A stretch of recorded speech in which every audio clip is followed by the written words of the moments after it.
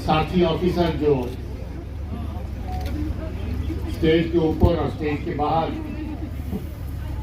आज के इस कार्यक्रम का हिस्सा बने हैं। हमारे मेहमान साथी सलाथिया जी, टी.आर. भगत जी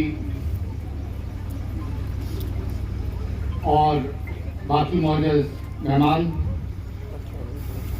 अलग अलग स्कूलों के बच्चे और उनके साथ स्कूल और कॉलेजेस के टीचर और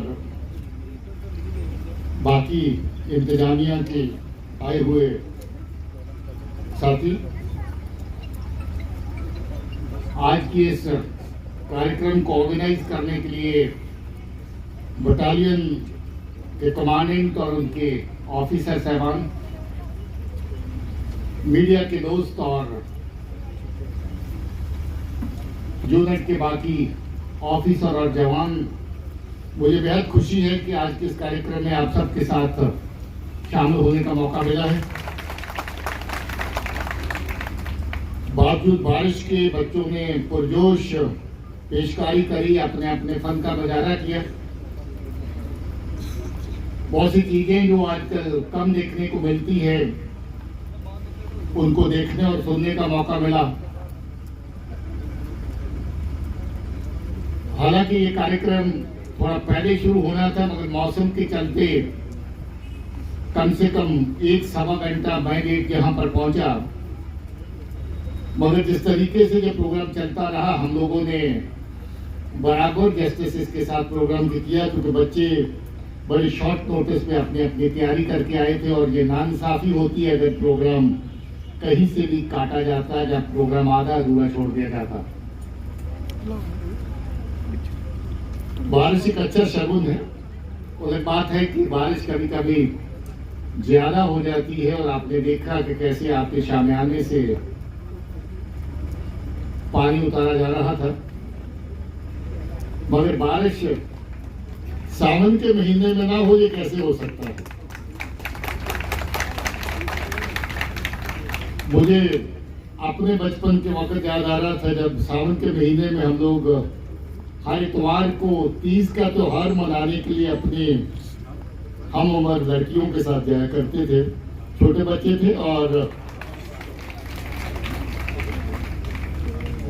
हमारी पीक झूलने पे लड़ाई लग जाया करती थी कि लड़की लड़का दोनों एक साथ झूलेंगे, अलग-अलग झूलेंगे। मगर दोस्ती ऐसी होती थी कि हम लोग फैसला नहीं कर पाते थे कि किसको छोड़े किसको साथ चलाएं। तो एक बारी लड़की के साथ लेनी पड़ती थी, एक बारी लड़कों के साथ लगानी पड़ती थी।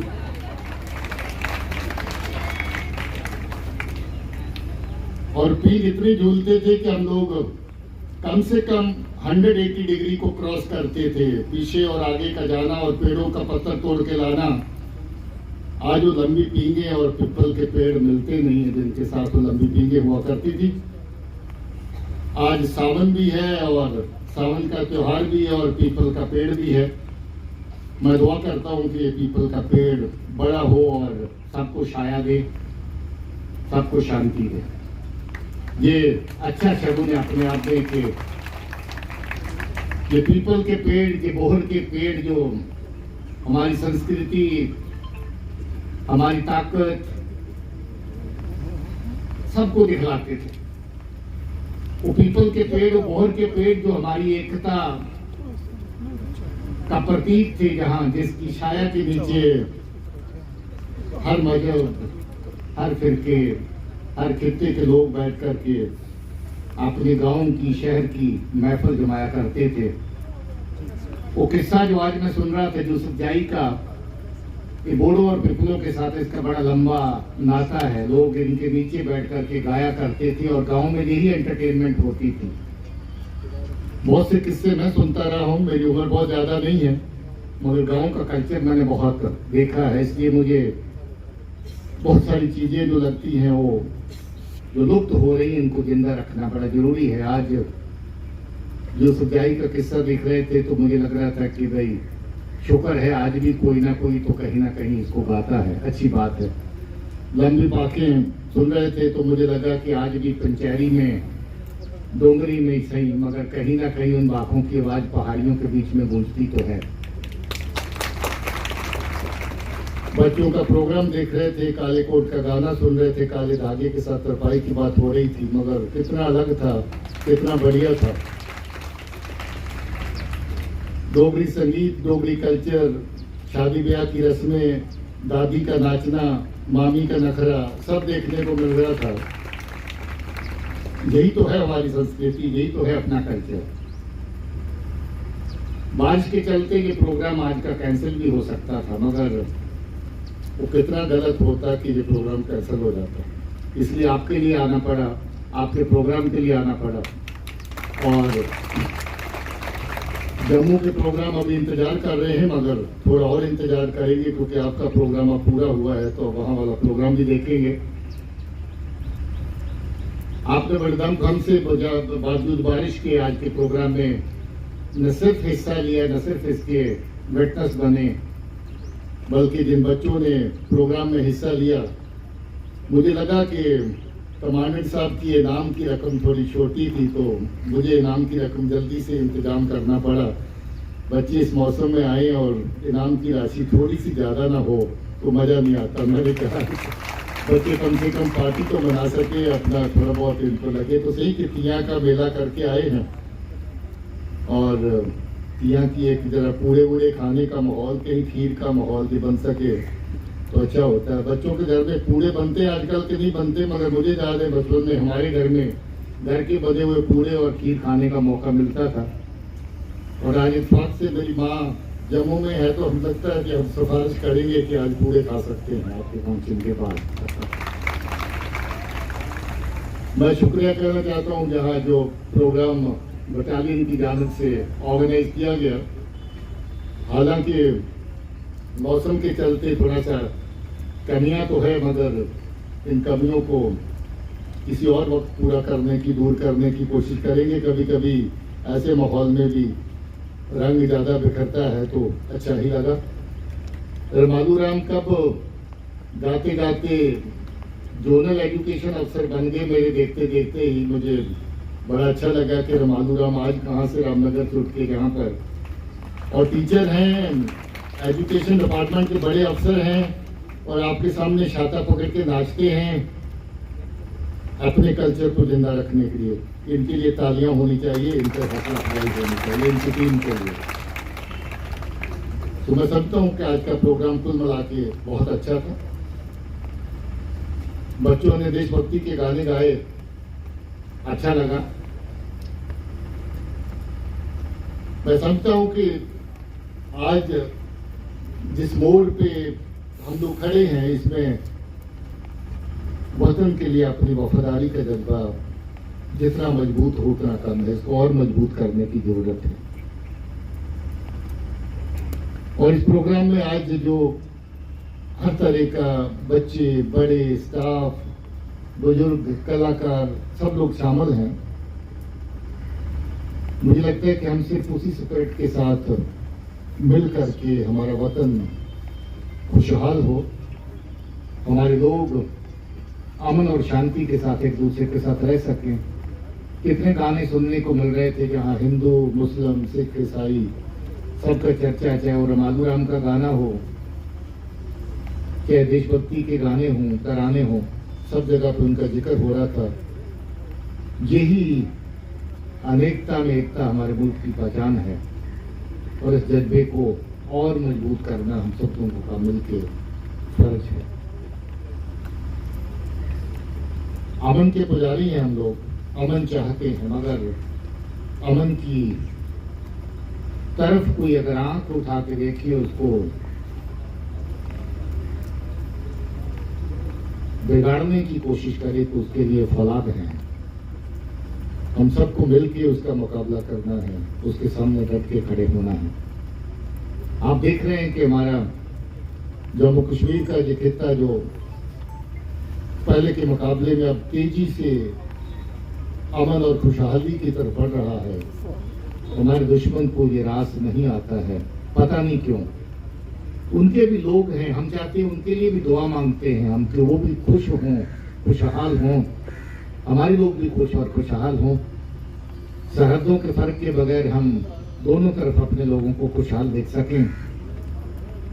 आफ्टर ऑल कुछ ही साल पहले तक हम एक ही तो थे। आजादी के बाद जो लकीर खींचने से लोग तो लगने ही हो गए, लोग तो आज भी उसी तरह के हैं, वही सोच सकते हैं। तो मुझे लगता है कि ये जो फर्क है इनको दूर करने के लिए इन बच्चों को, नौजवान बच्चों को अपना योगदान हमेशा देना होगा।